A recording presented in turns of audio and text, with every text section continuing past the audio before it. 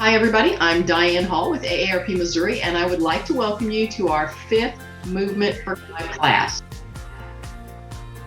And I'm going to say 6th because I'm going to say my edits didn't hold when I redid the script. So this is our 6th class. So we only have 2 more classes to go. And this is an class that is part of AARP Missouri's Moving It Fitness series, and it's led by Tyler Ferguson. Now, Movement for Life is geared toward increasing mobility. And as Tyler has said many times, it's to help build your ability to participate in other fitness activities as well as everyday tasks. Now, speaking of other fitness activities, you can find many of our previous fitness classes on Missouri's YouTube channel at youtube.com/C, like the letter C, /AARPMO. Movement for Life class is suitable for many levels of fitness. However, you know your own limitations. Please do not try to go beyond what you know is right for you. If you have any concerns, please check with your doctor before participating in this or any other AARP fitness offering. And AARP Missouri does offer other fitness live classes starting February 17th. That's next week. We should have a new Zumba Light class. And we have links to past programs like Forever Fit and Yoga with Tyler that you can participate in from the recordings. You can find those links to current, past, and upcoming programs at aarp.org/movingit. Now, all of our programming is created with people 50 plus in mind, but it's good for anybody, any age, anywhere. And we hope at AARP that our fitness classes like Movement for Life will be a great option for someone or anyone who may not be able to, or who may be a little bit hesitant to attend a traditional fitness class, like a caregiver. For those of you who have maybe health reasons, or even just for the convenience of working out at home. In addition to our online fitness classes, AARP has resources for caregivers, up-to-date COVID-19 information, and technology information on our website at aarp.org/nearyou.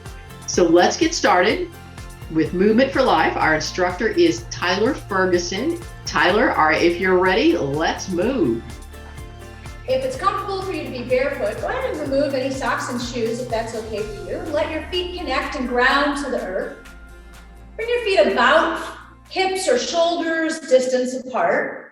And if it's comfortable, let your toes track forward. I like to take this moment before class to find stillness. And this allows us to turn off our thinking brain and move into our feeling brain. So just take a breath here and feel your feet connecting to the earth.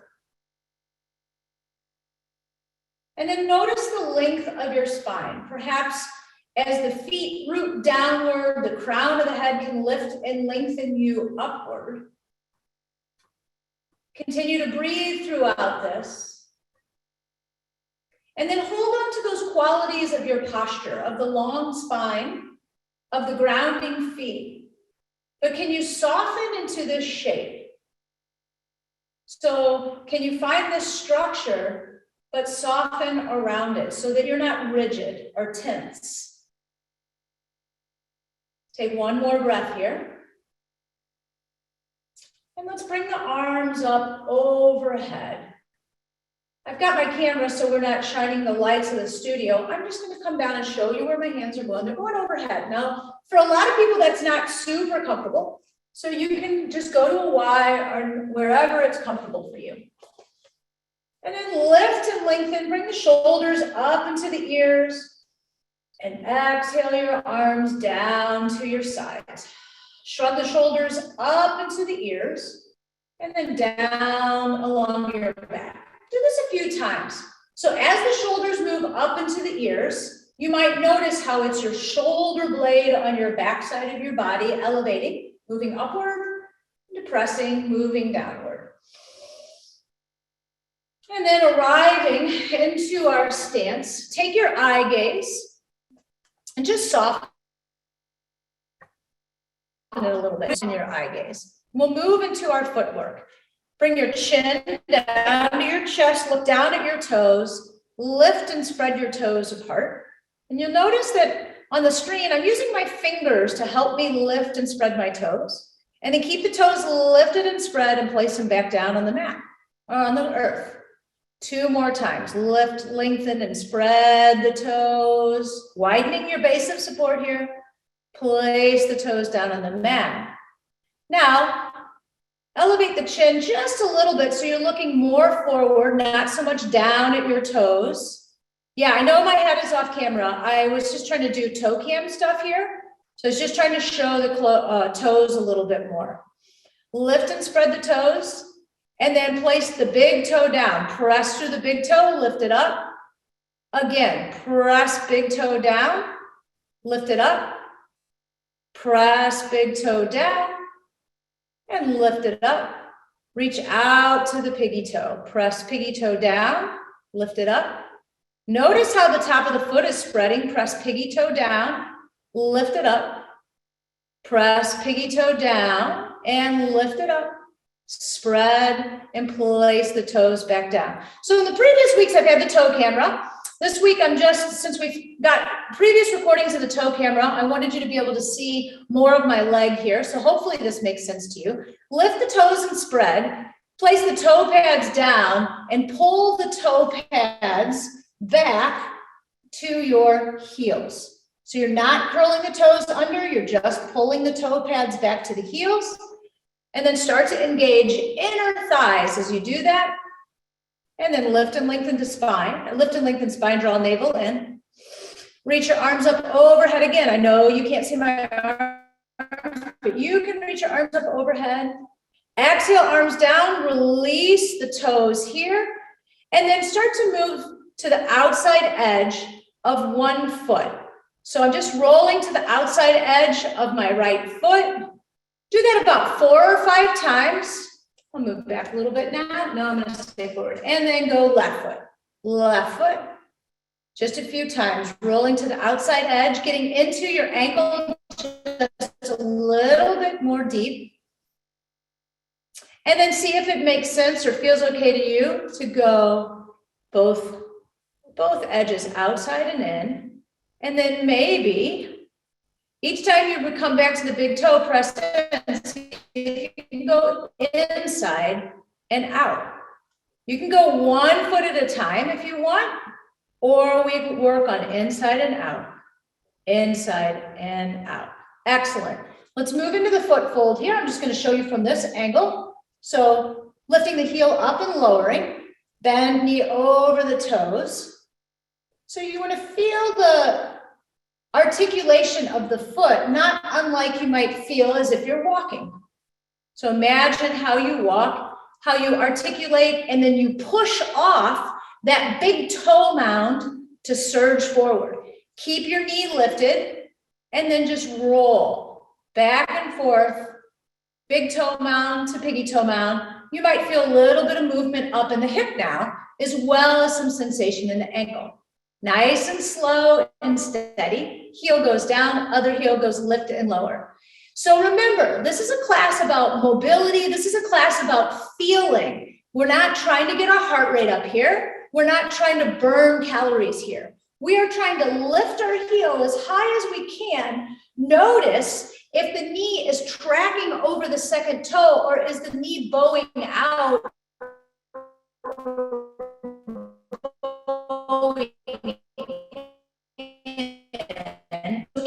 Can we keep alignment? Big toe mound, piggy toe mound down on the ground. Keep the knee lifted. And then sweep back. All right.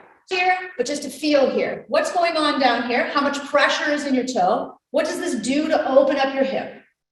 And then press the heel back down. Feet are about hips distance apart. Take your eye gaze off the screen and look forward down in front of you. Lift heels up. And lower back down. I see the message that I'm cutting out on audio. I had a message, lift heels up, that the connection was unstable. I'm hoping that that cutting in and out had to do with the instability of the connection. Lift heels up. You can always hold on to a wall or a chair here. Lower down, and I'm going to show you this from the front. We don't want to roll out to the sides. We were practicing that motion. Lift heels up. lower down, last time, lift heels up, and lower down. All right, good work, everybody. Here I am back on the screen. Rather than switching from toe cam, we'll do this. Now, narrow your base of support. So bring your feet together. Typically, the wider you are, the more stable you are. So if you feel a little unstable here, make any adjustment that makes you feel safe, or hold on to something for a little bit of help. Pull the flesh of your seat back behind your heels. Place your hands right down on your thighs, and we're going to just start doing some gentle. All right, there you go. So I'm taking the bottom part of my knee and I'm drawing circles. I'm making them go out around my toes, back under my knees, and I'm feeling all the different areas of my foot. Toe mounds, heel mounds, inside, outside edge. Now take your circles in the other direction. If you can, tuck your chin ever so slightly as you do this. Just listen to my voice and see if you can find length in the back of your neck as you do this. So anytime we're in this tilted position, bringing the eye gaze down will bring more alignment in the neck. Come to stillness and then stand up nice and tall, long through the spine. Separate the feet slightly so you're back at about hips distance apart. Place your hands on your hips.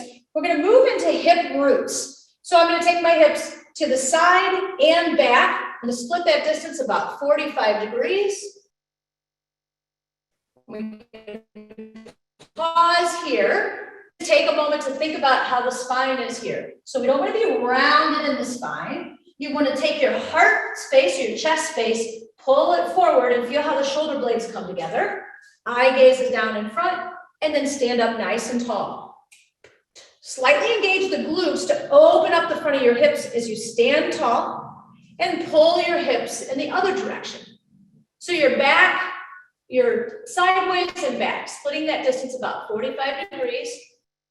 Elongate the back of the neck, feel the length, long flat back, long spine. Continue to breathe. And then stand tall. Push through the ground as you open up through the front of your hips, slightly turning on the glutes to feel this full extension in the hips. And then move back and forth at a speed that makes sense to you. You can follow my speed if that makes sense. But if you want to take your eye gaze down to the floor and just listen, you can just start finding some hip roots. Now I see some of you, you're getting your shoulders way below your hips, not really necessary. Try more. It's more about how low you bring your seat, keeping your shoulders above your seat. Can you breathe into this exercise? Again, not trying to burn calories here, not trying to elevate the heart rate here. We're trying to feel. Good. We're going to feel this deep stretch on the outer side of our hips. Let's bring ourselves back over to this, the side we began on, and then swish your hips against the back wall or toward the back wall, winding up on the other side, and then coming forward. So start to get into some big, juicy circles. I don't know about you guys, but right I go into these juicy circles, I start to get a little pop in the hip, always a delicious pop, never a painful one. And then take your juicy hip circles in the other direction. You can have a little sass, right? A little personality. Have fun with this. Have some personality as you get into your big, juicy hip circles. Maybe this is just the movement you need to do to go sign up for that local dance class, that local belly dance class or whatever. All right, come to standing here after we've done our hip roots, and we're going to work on the low back, the pelvis. Bring your hips back behind, or your seat flesh back behind your heels, and you're going to come into, in yoga we call this a chair pose, right, or an athletic chair pose. Our feet are slightly separated, and then I want you to take, as if you have the tail, tuck it down to the ground. So notice my back is kind of rounding and flat there. And then take your tail and lift it up to the sky. So I'm kind of scoopy here in the back. So play around with that. Just tuck the tail and lift the tail. So we're moving our pelvis here. And this can be kind of a hard thing to find at first. This movement in the pelvis. So playing around with this movement is important when we move to a common yoga move called a forward fold. We want to get our pelvis moving in the forward fold. So drive through the heels, come to standing. Let's apply this movement that we just did. So if our pelvis is neutral here, I'm going to encourage the pelvis to tilt forward and then take my trunk down so my shoulders are even with the hips. From here to press back up, drive down through the heels and push the glutes forward to stand tall. So what we're avoiding here is keeping the hips neutral and using the spine to get down to the floor. We want to start that movement at the pelvis. So tilt the pelvis forward. Notice the flesh comes back behind the heels. Bringing chest toward thighs. If you have a chair or a coffee table or something to hold on to, you can. And then drive through the heels and come back up to standing. Now, if you want to go deeper into a true forward fold, the contraindication for this, let's start to get there, is if you have glaucoma, your head shouldn't be lower than your heart, or if you have a heart condition. So if you feel like your doctor would approve of this, you could get a little bit deeper, bending knees, bringing chest to thighs. Hands can go on a chair or a table, maybe on some props on the floor, or maybe even fingertips on the floor. Whatever you're holding on to, see if you can let the head go. As if there's a magnet in the crown of the head and it's reaching towards the floor. Feel the length that you're getting in your hamstrings. And maybe even playing around with straightening one leg slightly, slowly straighten it out, release. Try to straighten out the other leg, just one leg, slowly move into straightness. Moving in and out of these postures slowly is important.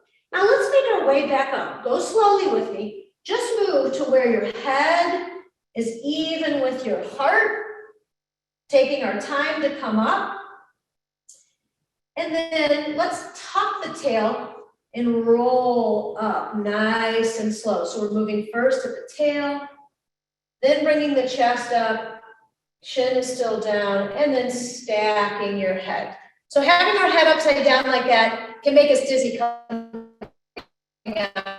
So moving slowly and mindfully out of that, I want you to be sure and do that. All right, let's move up our spine to our scapula or our T-spine. So we'll first just start by engaging our fingers. I'm going to move close here where you can see me. Just engage the arms, pressing forward. And you'll notice the scapula move away from each other and the back ribs round towards the back wall. Look at your thumbs. And then keep your pelvis that we just worked on, keep that pretty neutral. Moving into the opposite motion here, separate the hands, reach your chest forward. Does this remind you of like the Olympic skiers? Bring your chest forward, open up, straighten out through the arms, maybe even lift the chin a little bit. Connect to your breath, make sure you're breathing. Take an inhale here, exhale, shoot and round your back ribs, separate the rib, back scapula, separate scapula, inhale. Exhale, separate, pull the heart forward. Notice the scapula come together. Lift up, look up. Last time, shoot around. Bring the shoulders down away from the ears. Feel that space that you're creating in your back. What do you feel back here? Can you feel a little bit of movement or separation or space in the back? And then as you bring your arms wide and your chest forward, do you get some space across the front of your body, across your chest? Breathe into that. Exhale, bring your arms down to sides.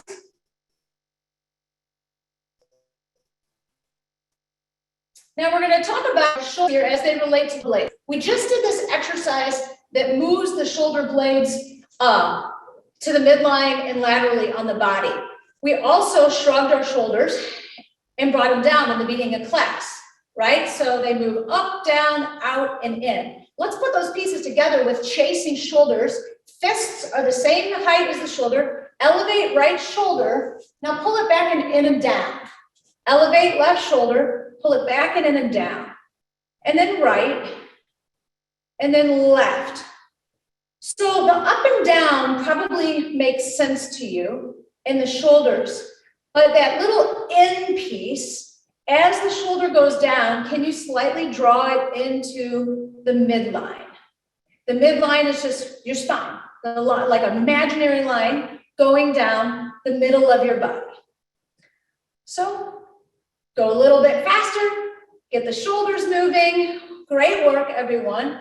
And then let it go. Let your arms hang heavy. Flick out your wrists a little bit. And then just kind of dance. Just release all of that tension. So you're just going to kind of bounce.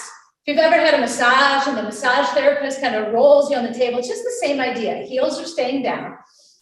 And then we'll elevate the arms and go into shoulder screws. So back into the shoulder. Thumbs are going to point away. Let's elevate first arm and then internally rotate. So not only does the wrist move, but you feel the movement at the shoulder, internally rotate. Now look at the opposite hand and the one you're turning away and reach. Now, if you're looking at the screen, you'll notice I added a little hip root here. That's fine. Let's unpack it the same way we came in. Good. Let's move to the other side. Elevate, internally rotate. Bring it down, reach behind you. Look at the opposite side and reach. And if you want to sit back and do a little hip root, you can do that too. Stand up tall and unpack the shoulder you just did. And we'll go a little bit more quickly. Elevate, internally rotate, sit back, look, reach. Drive through the heels, stand tall, unpack. New side, elevate, internally rotate, pack, reach. Look at opposite hand, sit, hip root. Drive up. Start to connect your breath. Inhale. And exhale. Stay for a breath. Leave on the inhale. Inhale, stand tall. Exhale, release. Inhale. Exhale, sit and reach. Stay for a breath. Reach. Full exhale. Inhale, stand tall. Exhale, bring your arms down. Woo, that's a lot of arm work. Okay, good work, everyone. Let's go right up to the neck, right? Doesn't it make you feel like you want to work on the neck? Drive your fist down to the ground, bring your right ear down to your right shoulder, and pull up through your left jaw, left ear. Inhale, chin down, bend knees, and switch left ear to left shoulder. So you're standing tall here, knuckles are driving down, that helps the ears move away, shoulders move away from the ears. Pull up through your right jaw. Inhale, chin down and switch. Can you find that upward energy of the left jaw as the right ear goes down? Inhale, chin down and switch.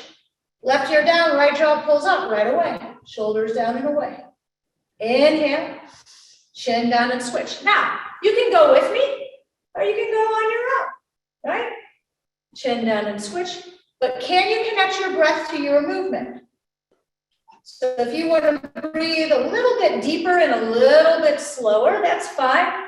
But again, can you move in and out of these exercises? Like, can you enter the pose and exit the pose with the same intention? Sometimes we give intention to the entry, but then we turn off and we don't think about how we exit. So this is my last side.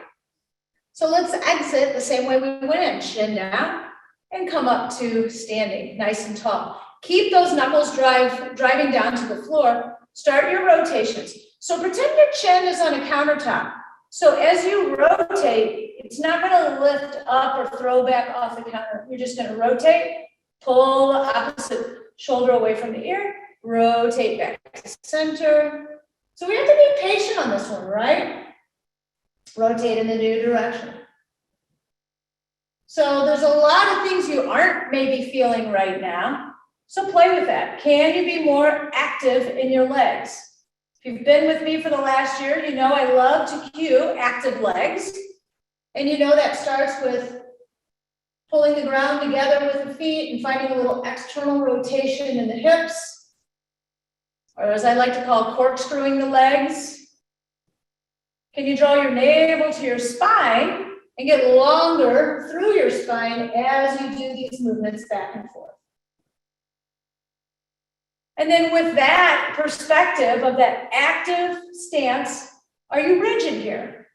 So can you turn on these activations of the muscle, but take the rigidity out of this pose and bring your chin back to center.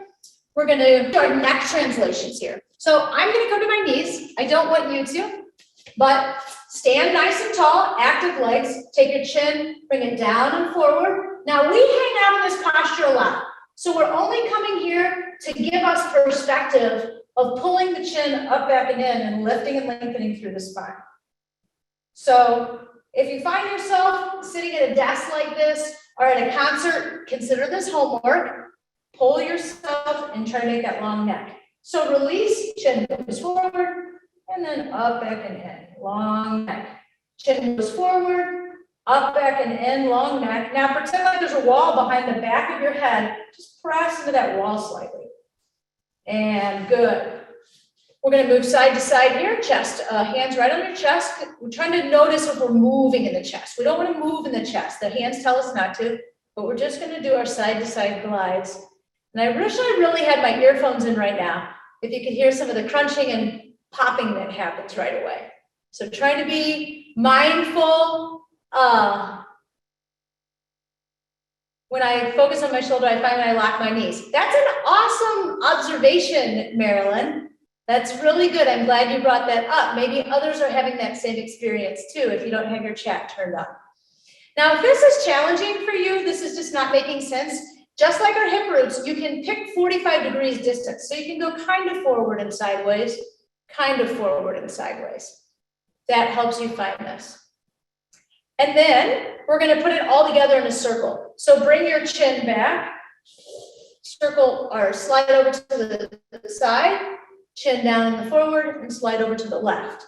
So you might find that you're very staccato when you're working on these movements. Or you might begin to smooth and circle the movements out.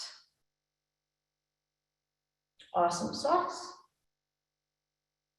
And then take your circles in the other direction. So I got you there quickly. That's a perfect example of not being mindful. So let's slowly take your circles in the other direction. That's me looking at the clock and thinking of all the things that I want to do today. Finding circles in the other direction. Good work. And then our final movement for our neck. Keep your hands right here on your chest. Draw your chin up to the ceiling so your eyes are going to be on the computer here. But notice if you're throwing the back of the head back on the shoulders, or with your chin lifted, can you still find a little length in the back of the spine? Play around with that idea. Now draw chin down to chest, continuing to feel and notice that length in the back of the spine. So the subtle energy of the crown of the head, always elevating and pulling upward. Again, lift the chin, opening up the front of the throat, but not just letting it fall back, staying active and lifting, and then draw the chin down to the chest. Do that just a couple more times on your own. Exploring that and not letting my cues interrupt your experience of finding that motion. But the difference between doing this mindfully with the idea of length in the spine as opposed to throwing your head back on your shoulders can make a difference in this movement. And when you're done, bring yourself back to into your center position. And we're going to move into our spinal work now. So last week, usually I cue this spinal circle work with the hands here, or we talked about the option of grabbing opposite elbows. When you grab opposite elbows, if you have to send your chin forward in order to grab up here, that's not ideal. So separate this grab so that your ears rest right above your shoulder. That makes sense to you. Another option is to take your fingertips and gently just place it in the back of the head, opening up through the chest, but making sure you don't tilt your head forward. So you can play around with these grabs as they make sense for you, Let's just bend over to one side. Notice the hips are staying home and come back up to center. Now, when we go again, I'm bending to this side, the right side, so I want my left side to lift and lengthen. So pull the left rib away from the left pelvis, lift, the elbow helps me lift, come over to that side. Yeah, now push down through the left leg, or the leg of that side opposite you're bending to, and come back up. So big side body stretch. We're putting our spine into this lateral flexion. Come over with me again. This time from here, hinge at the hips, slightly bend the knees, and bring your trunk so that you're facing the ground. Eye gaze is down at the ground. Then keep moving over to the other side. So now I have this side bend on the opposite side. And I'm coming up. So these little spinal circles, we'll move more quickly. Right side, flatten the back, pull the glute flex, move over to the other side and come up. Bend over to the right. Hinge at the hips, bend at the knees, pull the glute flesh behind the heels. Tell me at the end of this if that cue makes sense to you. Pulling the hips or the flesh of the glutes back behind the heels.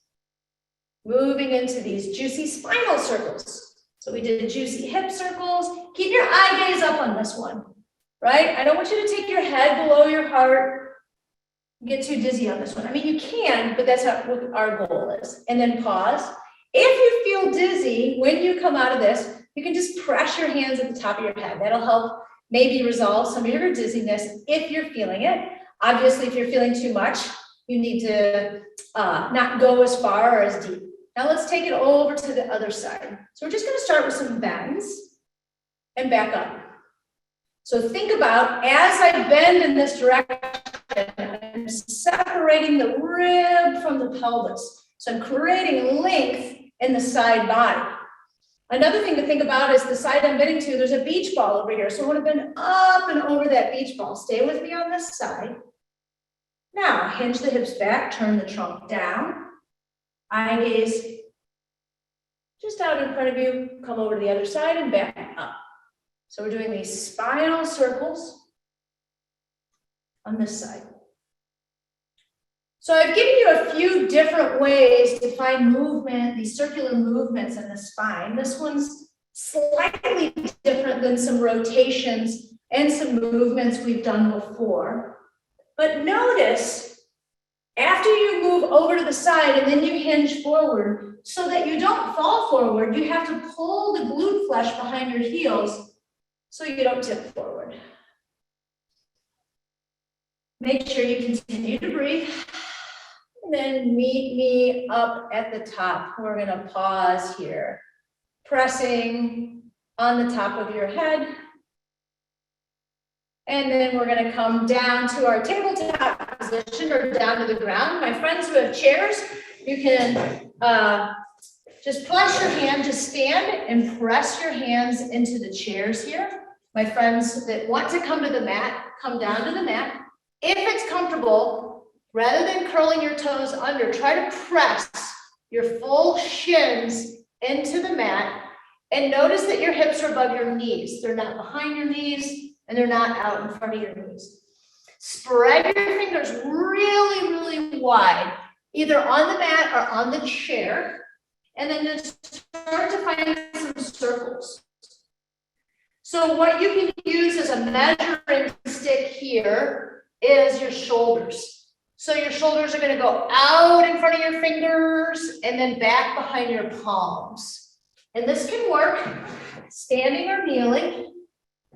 You can choose how much work or weight, how much weight you want to put in your hands. That's dictated by how far the hips go forward. Pause and take your circles in the other direction. And then notice as you do this, are you just dumping down into your wrists? Or can you get a little grippy in your fingers like a basketball and push back against the sensation of just collapsing into your wrists? And it's tiring and fatiguing, I know. Let's pause. And we're just gonna take a different stretch. So now you want to take your thumb and turn it away so that your fingers point back to your body. So just pause and put as much weight or as little weight as you want to into that. And then bend the elbow back towards the body slightly. And then pull your palm up off the ground. Now, in this other hand, if your wrist is tired, you can make a fist while you do that. Really get in there and see if you can't feel sensation and stretch in every finger. Then after you've done that, shake that out. And then repeat on the other side. You can go fist or wrist here. You can go palm, whatever works for you. But I'm taking the opposite hand, turning the thumb away so the fingers reach the body, and then bending the elbow back.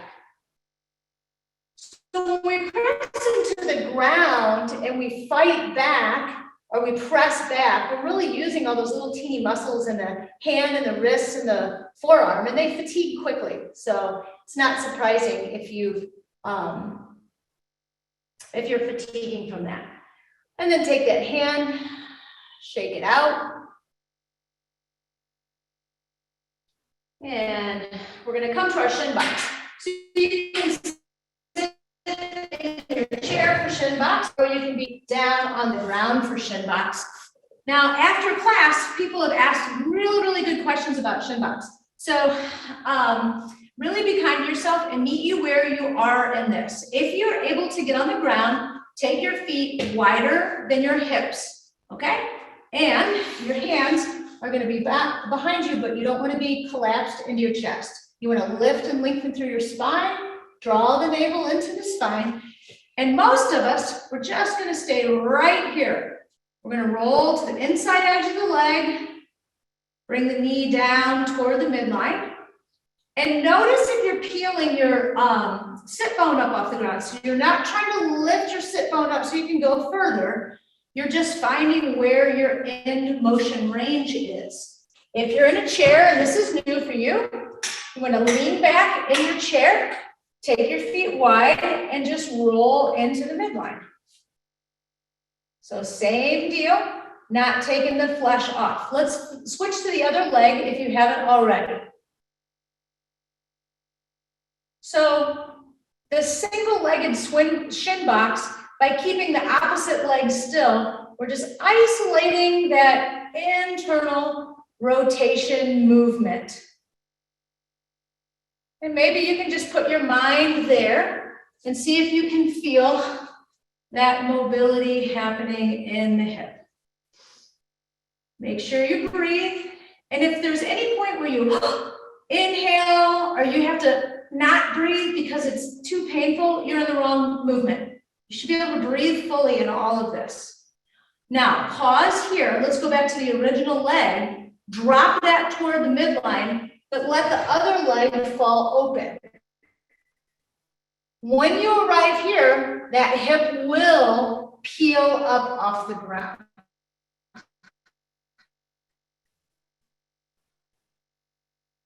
Take your trunk, turn it. You're just going to let this knee fall in, this opposite knee fall out, and then just work on your spine here. Just see what it feels like to lift and lengthen and work through the spine. Notice if you get a little stretch in the leg that's down.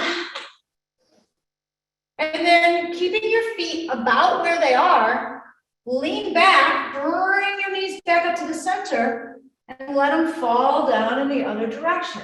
Peel up and play with your trunk. If you're on the chair, maybe keep the feet where they are, bring the knees back to center, and let them fall in the other direction. Again, work on lifting and lengthening through the spine, even rotating the spine a little bit in this shape. Let's shin box back to the original side. Now, remember how we talked about the pelvis when we stood and we did the forward fold? Same thing holds true here. Find your belly button and bring the belly button towards the thigh. So you'll see how my hips go into that forward tilt. And then you can pause wherever you feel sensation here. So wherever you feel sensation, you can just pause and get a stretch. If you're in a chair, you can lift and lengthen through the spine and just come over that front leg. Now, in previous videos, we've given you some other options on getting deeper into this pose. So for today, we're just going to come back up to center, hands go behind you, floor or chair, shin box, lift and lengthen through spine, rotate your trunk towards your front leg, and then think about bringing the belly button. So look in the thing real quick. I can move my shoulders and my belly button doesn't move. So I want to initiate with my belly button, let the shoulders follow. Okay, and if you're on the ground, shin boxing over in this direction. Keep breathing, my friends. Now, once you've arrived in this position, depending on how low you're able to go, you can start to round a little bit to get deeper into the sensation. And one more breath here. And bring yourself back up to top. If you're in a chair, you're just going to come to neutral, comfortable seat in the chair. If you're on the ground, you can sit crisscross applesauce or take your legs nice and long. It's a pleasure and an honor, and I'll see you next week.